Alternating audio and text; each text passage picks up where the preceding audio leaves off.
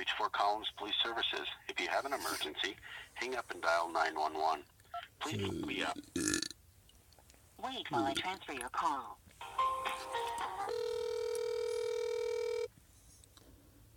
Dispatch, this is Lori. Hi, third time's a charm. Can you guys hear me? Yes, I can. Okay, fantastic. I have some Wi-Fi phone issues here. But nevertheless, this is a non-emergency, but it is getting reasonably more and more important as the days go by. My name is William Montgomery. I'm just trying to get some additional information, some help, basically any direction, any help, any info whatsoever. The address in question is 460 South College, and I've been trying to work with several officers on this issue, and I keep getting cut off or I'm leaving voicemails and no one's ever calling me back and stuff.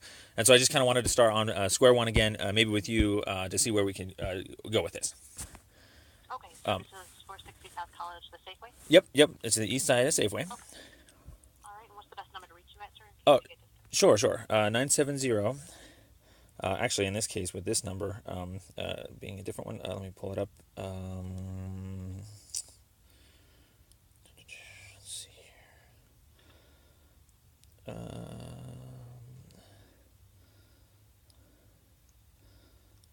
Sorry, where do I find my phone number? Status. No number. Some phones, if you pull up contacts, it shows not sure what kind of phone you got.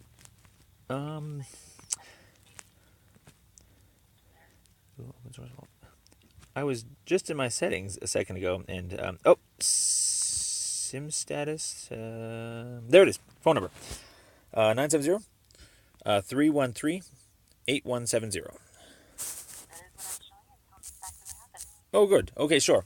So, first of all, before anything else, I've been trying to get an idea for what exactly may be going on. The east side of Safeway there's like the benches that have kind of been filled in with rocks and whatnot. And then it's kind of butting up against the sidewalk and then eventually the street. Historically, as I've called in, I think most recently, like yesterday, was a dispatch officer 221, just as an example, was clarifying for me that was private property, the bench area, or that used to be a bench area. Before we can really move forward, I wanted to get your insight on that because you have probably taken calls at 460 South College too. What exactly is private property and what's right of way is what I'm trying to figure out first. Okay.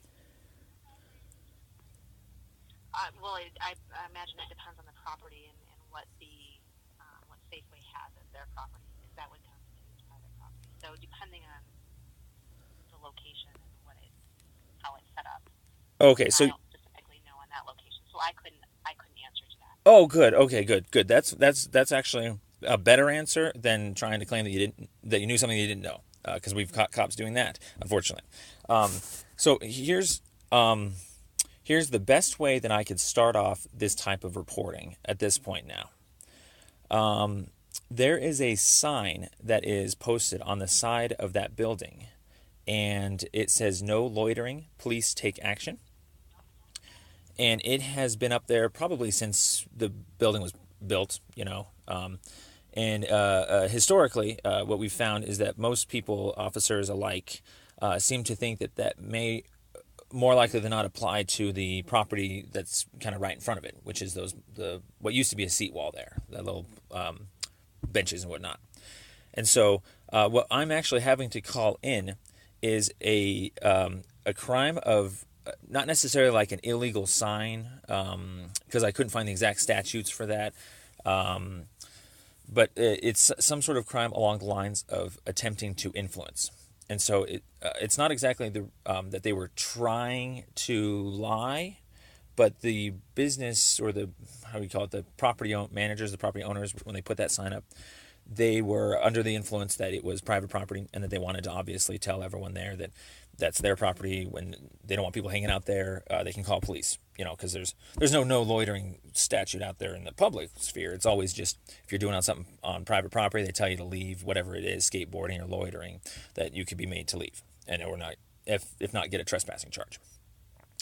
And so with that being said, we have caught a very, very, very, I mean, I'm serious. This is the largest scandal we have caught in the city yet.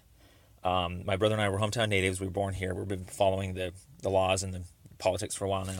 And the reason why we're so concerned about this is because that sign has effectively influenced, at this point, what we believe to be the majority of the police department. We have gotten more people than not that think that that area is private property, the bench area. And this is contradicting to a couple of officers, one or two that we have talked to that does know right-of-way law a little bit more. But more concerning is that we ended up, because we never got a straight answer from cops, we ended up going to the city chief construction inspector, basically just part of the city manager's office down at 281, like the zoning department, basically. And we got a definitive answer that that was definitely right of way. It's within the 100 feet that is the city's, plat that they platted out for all their streets when they built the thing 143 years ago. And so it's very easy. If you go down to the survey department, if you go online to citydocs.fcgov.com, you just type in original town plat, and it's going to come up with a 143-year-old map that shows the width of all the streets. They're all very standardized, and most of them are 100 feet. Some of them happen to be 70 feet, like Jefferson Street, for instance. And so, sorry, I've been talking a lot. Are you still there? I am still here. Okay, thank you. Now comes the ugly part. Earlier this year, in January, there was a fence that went up around just this bench area. The business owners of that development, the Safeway itself, they have what is called a minor amendment application that they can put in to modify the contents of the right-of-way next to their buildings. But they have to put in the amendment, it has to get approved and so forth. And that's just to modify the land. They still have to have separate fence encroachment permits that need to go be approved before they can start putting fences up to either work on it, behind it, or hold off and so forth and so on. And so there's basically two separate kind of laws now that I'm introducing just to clarify. The minor amendment process, which is just it's like a 6-month process to get something approved, to what ended up being putting those rocks in that seawall area. So that's something totally separate. But before any of that happened, there was a fence that went up, if you recall, like a chain link fence. That was put up before the minor amendment was even applied for. So we definitely know that's not anything to do with that. They basically put up this fence, as I had found out via the chief construction inspector, that it was put up illegally as a hate crime against homeless people. And this is all in the email train too. So it was very, very, very apparent. They said it was some safety precaution that they wanted to stop homeless people from being there until they could get that amendment pushed through. And so, lo and behold, thanks for listening. This is the gist of it. That fence that went up in the right of way, it was illegally put up. It was violating the 23-84 statute, which is, Fort Collins Municipal Code 2384. You're not supposed to be able to put up a fence without a permit. Simple as that. And so I had. Sorry, what was that? Have you taken that to code enforcement? Yep. The zoning laws, they would be the ones that would have to handle that. Yep, exactly. They don't have the proper permit. Yep, exactly. So that's what I did back in January. I went right to the chief construction inspector. I said, hey, there's this fence up illegally. Can you check it out? He sent a surveyor out there, confirmed it was within that 100 feet right of way, went ahead and sent the takedown notice for that fence. Now, of course, that was a 23-84 notice, simply saying you either have 10 days to get in some sort of permit for it or 10 days to remove it. But it's otherwise illegal for the next 10 days onwards. And so the reason why I'm saying this is because I had a sneaking suspicion that there are officers in this city, based upon my previous experiences that I'm also fighting with, where they don't know the law, and yet they claim that they think they can keep moving forward with it. And this goes into the idea of like probable cause. If a cop says he has probable cause, and he retains his protections later if I'm found not guilty. What I'm trying to say here is these officers didn't have probable cause. I jumped that fence in the middle of the night. That night that I got a copy of the takedown notice, and I presented that takedown notice to these officers. and they basically ignored it. They blew right past it. They pretended they didn't even know what I was talking about. They never even really responded to me. And I spat out everything because it was kind of a sting. I said 100-foot right of way, Robinson Pearsall project. Go look that up at City Docs. The plat, of course. Plus, there's the patrol maps. There's the Larimer County maps. And then lo and behold, the ultimate proof ever is that there was their boss's boss, the construction inspector, already sent the takedown notice, but confirming that it was in fact a right of way issue. I'm telling you this right now because I've been trying to tell this to the police department as well as to the district attorney's office for over a year now. I'm up to my eyeballs in other paperwork, so I can't get things out fast enough. But it's so simple. In the police report, all the officers involved claimed that was private property that I was not allowed to trespass into. And private property is only 2 to 3 of the 6 elements of the second-degree criminal trespassing charge that they gave me. They kept going down private property, private property, private property. I was trying to tell them this is right of way, this is right of way. The only time I'm not permitted is if the fence is permitted. And so I caught them basically, and they can't go back without looking bad. And so that's why I'm having to start with you now, is because I already gave all this info to the district attorney. I'm going to eventually have to, in some sort of motion to dismiss or trial or so forth. And, everyone's telling me that's my avenue. But what I'm essentially saying is, if you guys have the capacity to, which I know you do because I've had lots of officers, or a couple, like I said, know that that's right of way. And I know that the chief construction inspector knows it's right of way. And my problem is just trying to get other people to understand that so that they can look into the case, see that it was a faulty case, and drop it. And so I've already talked to the internal affairs, and that's where I'm calling you at this point, is I've already talked to the Jerry Schiager. And we have other issues that we've been trying to get addressed too with illegal tickets. So we've already talked to him about other things. And we feel as though he is compromised because, real quick, we asked him how many people does it take to break a 3 unrelated rule. My brother and I got ticketed, just the 2 of us, in a 5 unrelated house last year. That's kind of what spiraled us into all this legal bull. And so he said only one person needs to be able, or that there's only one person to break a 5 unrelated rule. And yet, obviously, that's like contradictory to the actual law itself. The law requires that 4 or more people be present in order for it to be broken. He said only one person needs to be present. And so we've already brought all this and other stuff to his attention. And he is not the person we feel as though is going to be able to handle it because of the compromised state of mind. And also, he kind of told me the same thing that you just alluded to a second ago, which is that basically if there's, or not you, but I think a DA basically said, write things down if you can. And our problem is we literally have, I kid you not, over 20 other incidences, about 15 of them being tickets, both in Fort Collins and other jurisdictions, where we've won about all but 2 of the trials, and then we have a couple coming up. And so we're basically perpetually being wronged faster than we can get the help for.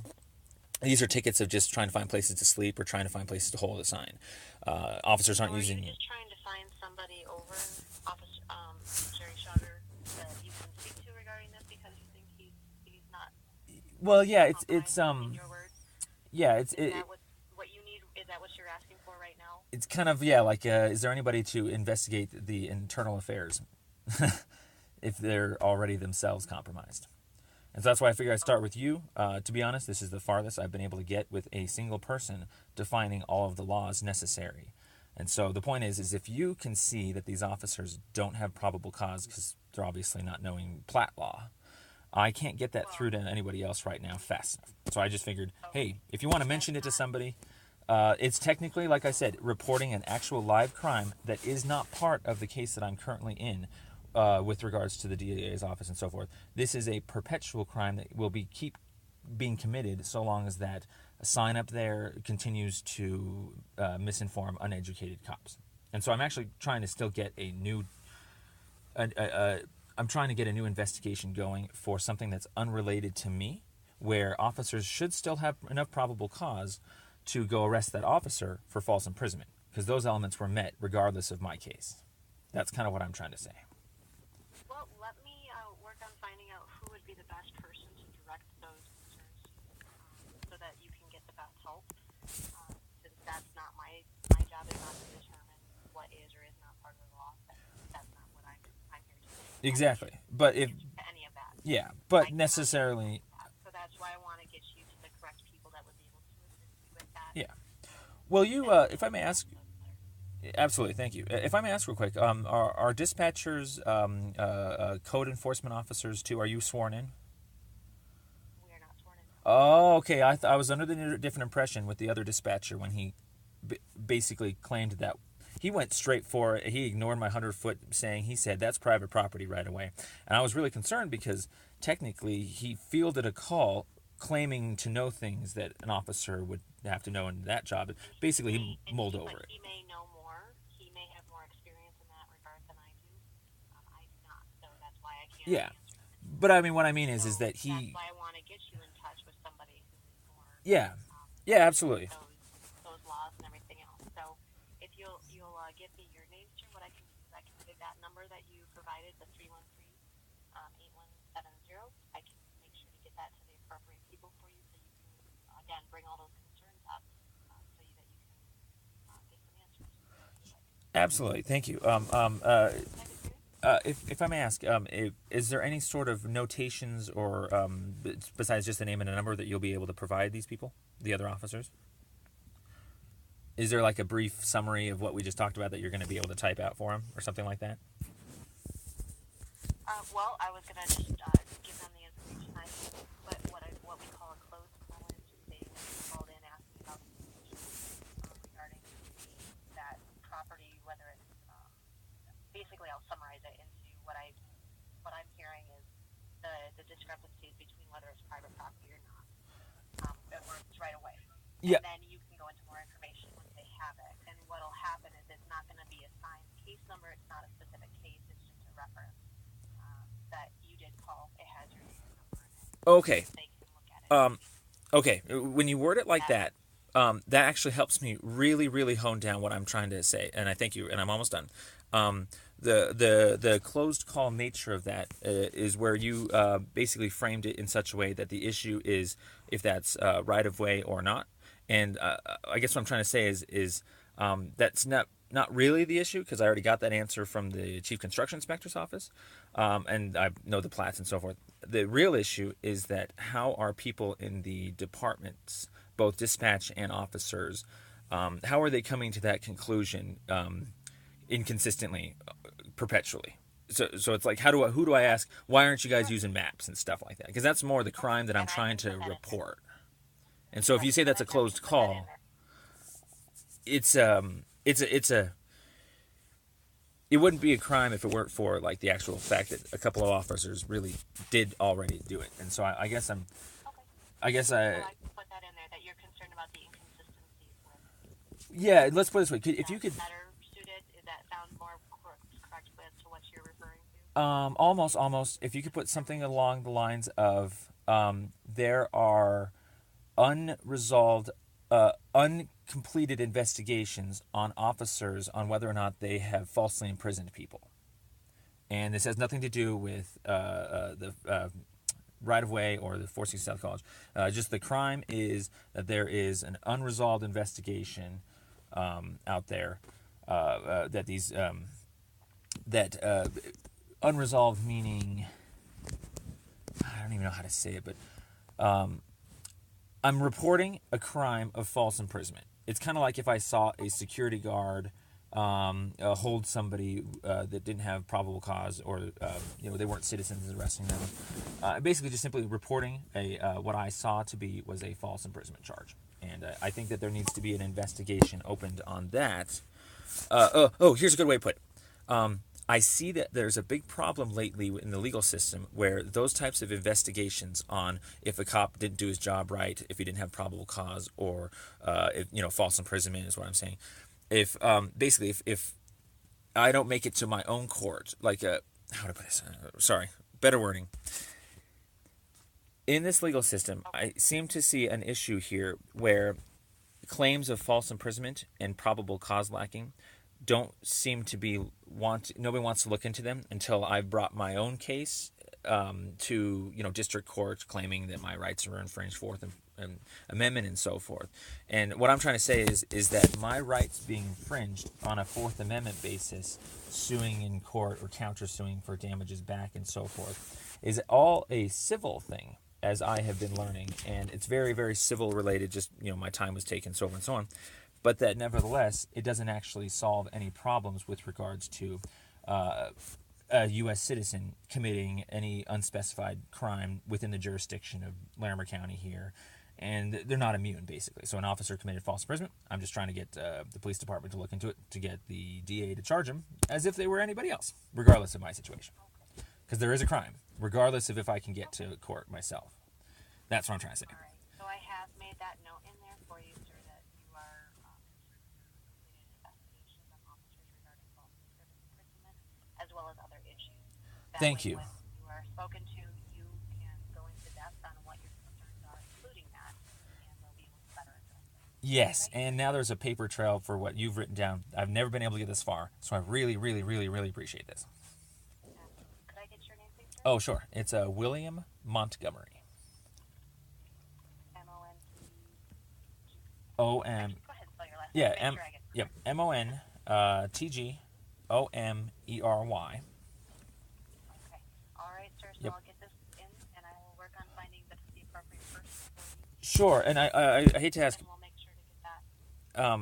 Thank you, but if you could add one more tiny little thing, this is a very important fact. I need to put you on hold for Okay. a moment. I'll be right back. Sure.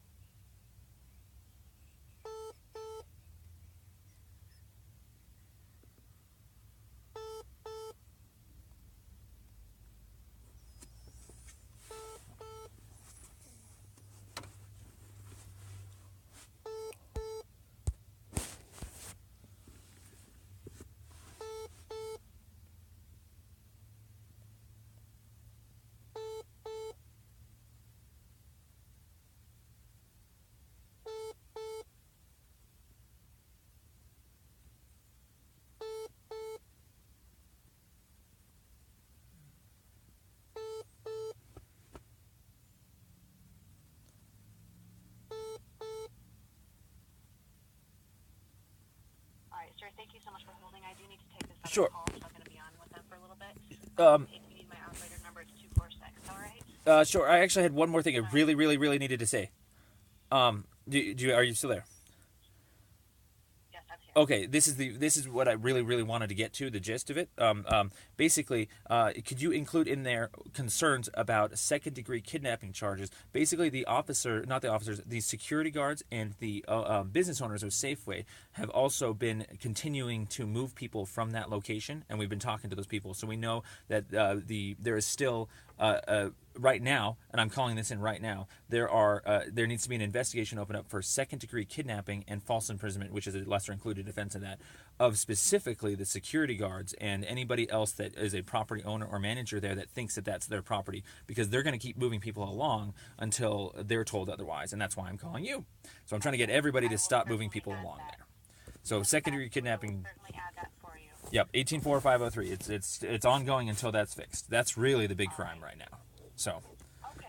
thank you very, very much. I'll set in there for you, sir. Have a good day. We'll get in touch with you, okay? Thank you. You too. Take care. Bye-bye.